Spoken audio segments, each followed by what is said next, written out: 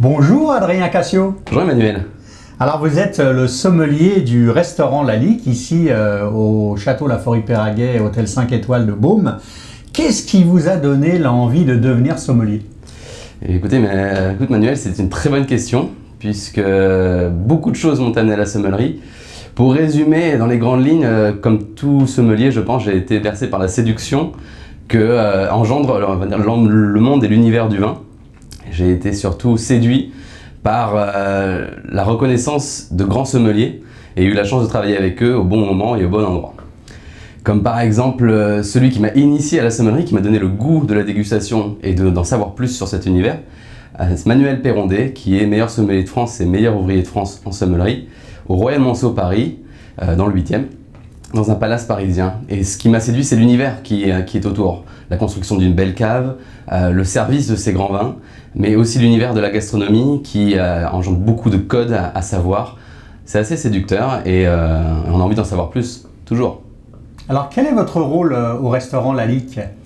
Alors ici, au Château La Forêt-Péraguet, au restaurant Lalique, mon rôle principal, c'est la construction des accords mets vins avec le chef. Donc une relation soudée que l'on doit avoir tous les jours, au quotidien, au service de nos clients et surtout retranscrire la signature de nos accords, entre autres avec le vin de Sauternes. Alors justement, parlez-moi un peu de votre collaboration avec le chef étoilé Jérôme Schilling et votre rôle dans la composition de sa carte. J'ai la chance de travailler avec un chef qui aime le vin, qui aime déguster et qui est surtout inspiré par les différences que l'on retrouve dans les typicités des AOC, des millésimes, de l'évolution. Tout ça nous donne un panel de construction assez dingue et Sauternes est la représentation parfaite d'un vin qui évolue différemment avec le temps. Il n'y a aucun millésime qui se ressemble et surtout le même millésime évolue. Ce qui veut dire qu'aujourd'hui on a pu construire avec le chef des accords très précis. Je vais vous donner un exemple, par exemple un riz de veau croustillant, on l'a imaginé autour d'un millésime. C'est-à-dire qu'on a goûté un millésime et par rapport à la dégustation, nous avons construit le plat. Ce riz de veau, on l'a accompagné de feuilles de Havane, de café et de réglisse qui sont les arômes principaux que l'on retrouve dans le millésime 99.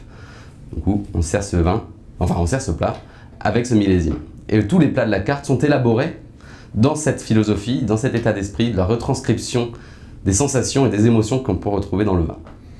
Alors je sais qu'ici nous sommes dans un endroit magique. Parlez-nous un petit peu de ces caves du château La Forêt-Péraguet. Alors comme tout grand château à Bordeaux, on a la chance d'avoir des très belles caves, entre autres dans les grands crus classés. Ici on se situe dans la cave on appelle la cave des Rouges tout simplement. Nous avons 4 caves en tout au château qui ont été construites selon des conditions de conservation et de service, puisque ce sont des caves de service qui doivent être à température, humidité, lumière et vibration contrôlée. Donc ici, cette cave des Rouges, par exemple, est à 16 degrés, à 65% d'humidité, contrôle des vibrations et la lumière très très basse, justement pour permettre au vin de vieillir, de continuer à vieillir, mais aussi être dans les conditions optimales de service. Lorsque vous allez chercher une bouteille, quand vous commandez une bouteille au restaurant, c'est ici qu'on vient la chercher. Cette cave a été construite selon un display, une vitrine, travaillée avec Romain Iltis, qui est le chef sommelier, le wine director du groupe Lalique, chef sommelier à la Villa René Lalique en Alsace, qui lui aussi, meilleur ouvrier de France et meilleur sommelier de France. Alors combien de bouteilles sont rangées ici dans cette cave et dans la cave des vins blancs? Oui, on a la chance de pouvoir les compter tous les ans et croyez-moi que c'est un long travail. On avoisine à peu près les 40 000 bouteilles qui sont divisées dans ces 4 caves, autour de 2700 références aujourd'hui, ce qui nous a permis, entre autres, d'être lauréat parmi les plus belles cartes des vins de France 2 années consécutives, en 2019 et en 2020, pour la catégorie gastronomique de prestige. Alors je sais que pour cette émission, vous avez préparé une sélection des meilleurs crus et des meilleurs millésimes du château La Forêt-Péraguet. Parlez-nous-en un petit peu. Eh bien, avec plaisir. Alors aujourd'hui, je vous ai sélectionné ces millésimes puisqu'ils ont marqué un temps pour moi dans la dégustation. Je ne dirais pas qu'il y a de mauvais ou de très grands millésimes, c'est des millésimes qui évoluent, comme je vous disais, et qui ont chacun leur sensation et émotion. C'est valable pour Sauternes, pour La Forêt-Péraguet bien sûr, mais pour tout autre vin. Chacun a son identité, son ADN. Et je voulais vous présenter aujourd'hui ces 5 bouteilles qui ont une valeur spéciale. Par exemple, on a la chance de pouvoir servir au restaurant des grands formats, comme ici, un double magnum de 3 litres, qui va nous permettre de le servir au restaurant. Donc c'est des formats assez imposants, on en passe à peu près un double magnum par semaine, vous imaginez. Mais voilà, les vins, on sait que dans les grands formats, les vins c'est pas une whisk mieux que dans les petits. On a la chance que Sauternes puisse se garder avant tout type d'oxydation, ce qui permet un joli service de vin au verre. Donc voilà par exemple ce type de grand format.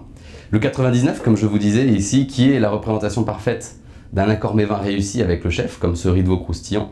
Mais nous avons une cartographie assez complète d'accords mets-vins que l'on propose à nos clients suivant nos dégustations, mais suivant les saisons également, puisque le chef travaille des plats suivant les saisons. Je voulais vous parler aussi du 2004, qui fait partie, pour moi, des millésimes qui m'ont accroché, gustativement parlant, pour la construction d'accords.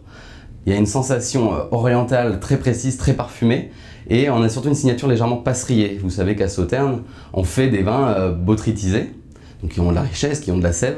Le passerillage permet de conserver les acidités, certains amers, et une puissance aromatique assez dingue. Aujourd'hui, on a construit des plats assez fous avec le chef, comme des carabineros au gingembre et au miel pour accompagner ce type de millésime. Pour moi, la dernière grande séduction de Sauternes, c'est 2017. Impeccable. Il y a tout ce qu'il faut dans ce vin, puisqu'on a la gourmandise, on a la signature de Sauternes, mais on a cette fraîcheur, cette minéralité qu'on retrouve sur les terroirs sablo-graveleux de la Forêt-Péringuet, qui amène une sensation assez dingue. Il a une capacité de garde assez folle, mais à la dégustation aujourd'hui, 2017, pour moi, c'est la précision même. Et comme je vous disais, notre carte des vins a la chance d'avoir 2700 références. On est spécialisé sur les verticales, c'est-à-dire des pistes vertigineuses de millésimes. La Forêt-Péringuet en avoisine à peu près les 80 millésimes, jusqu'au plus vieux qui est juste devant vous, qui est le 1893. Donc un vin qui a plus de 130 ans, qui aujourd'hui, vous voyez, les conditions de conservation sont folles, le niveau est parfait. On a envie de le déguster, c'est un morceau d'histoire que l'on pourrait déguster, mais en même temps on se ôte de ce trésor. Donc 50-50, on va dire, le plaisir est partagé. Voilà Emmanuel. Là, je crois que le temps est venu de... Eh ben oui, quitte à être venu jusqu'à Sauternes, autant déguster. Voilà. À la vôtre Emmanuel. Merci beaucoup, Adrien.